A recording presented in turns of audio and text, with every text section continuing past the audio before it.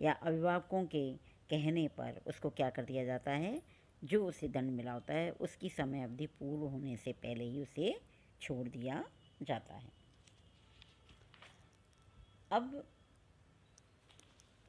इन परिभाषाओं के आधार पर हम कह सकते हैं कि पैरोल सजा का कुछ भाग समाप्त कर लेने के बाद दी गई रिहाई है। क्या है पैरोल? पैरोल सजा का कुछ भाग समाप्त कर लेने के बाद दी गई रिहाई है। यह रिहाई सशर्त होती है। इसमें क्या होती हैं, कुछ शर्तें होती हैं। अब आता है हमारे कि पैरोल के तत्व क्या हैं। इन परिभाषाओं के आधार पर उसकी क्या क्या लक्षण हैं पैरोल के। तो पहला हमारा लक्षण है, इसका उद्देश्य सुधारात्मक होता है, या हम ऐसे कहें कि अपराधियों के सुधार की एक संस्था है। पैरोल क्या है? जो भी बाल अपराधी हैं उनको सुधारने की एक संस्था है, जिसके माध्यम से आधा दंड तो अपराधी भुगत चुका है और उसके व्यवहार में परिवर्तन हो चुका है, और वह ऐसा अपराधी व्यवहार दोबारा ना करे, तो इस संस्था के द्वारा उसको क्या बनाया जाता है, एक समाज के लिए अच्छा नागरिक बनाने का प्रयास किया जाता है।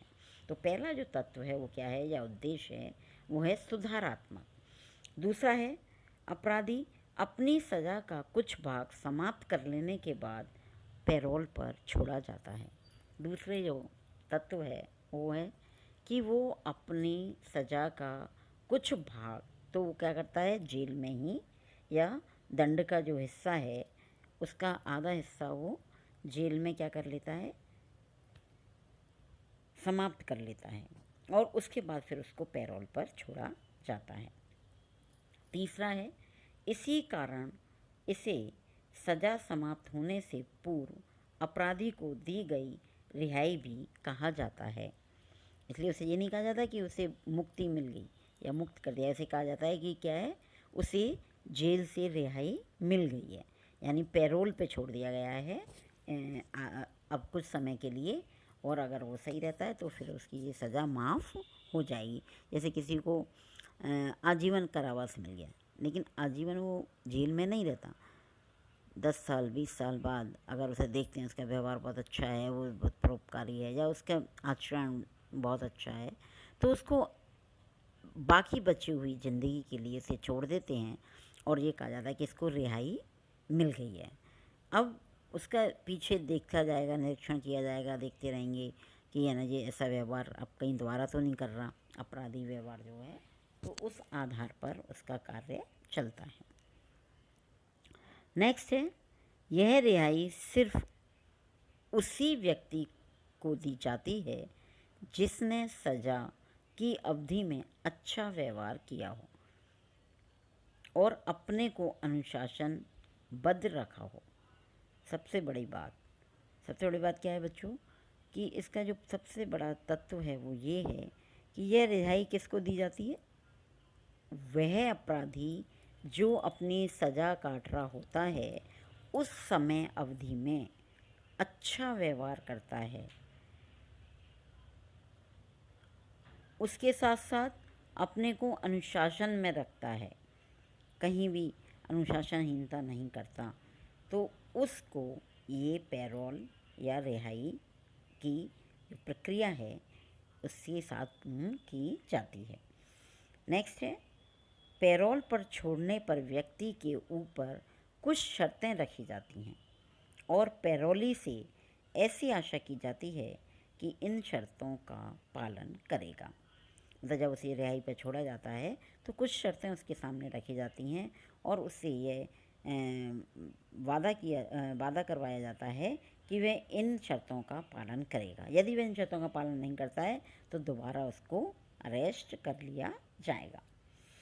नेक्स्ट है, पैरोल की अवधि में पैरोल अधिकारी की आज्ञा का पालन करेगा। जो पैरोल अधिकारी है, जैसे प्रोविशन में प्रोविशन अधिकारी होता था, ऐसे ही पैरोल में पैरोल का जो अधिकारी है, जिसके कहने पर अपराधी को रिहा किया गया है, तो वो जो भी आज्ञा देगा उसका वो पालन वो पैरोली करेगा।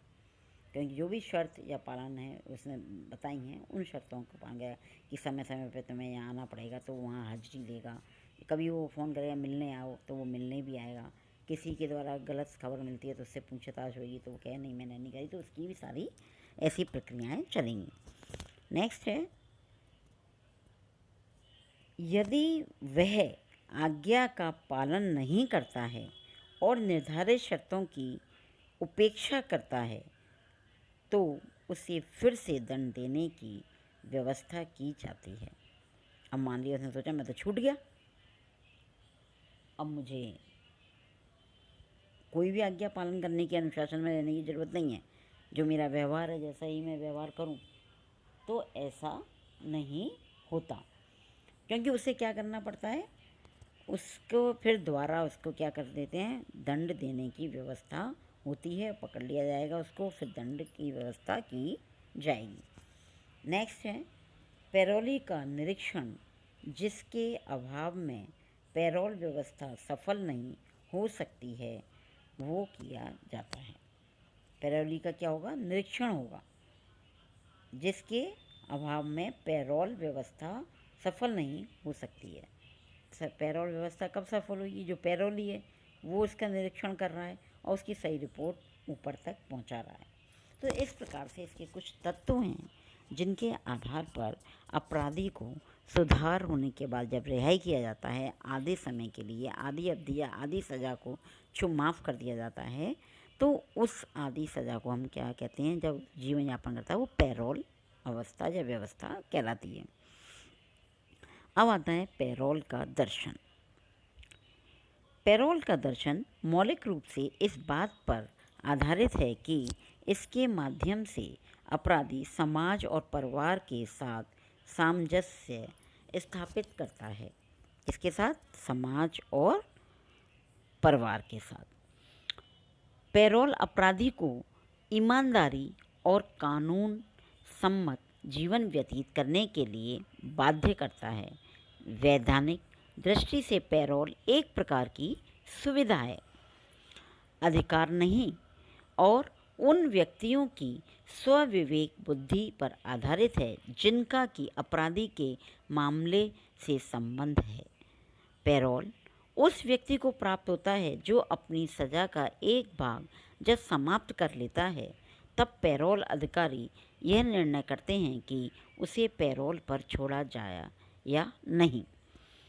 पैरोली को उसे कारागार के समय सद्व्यवहार पर ही छोड़ा जाता है और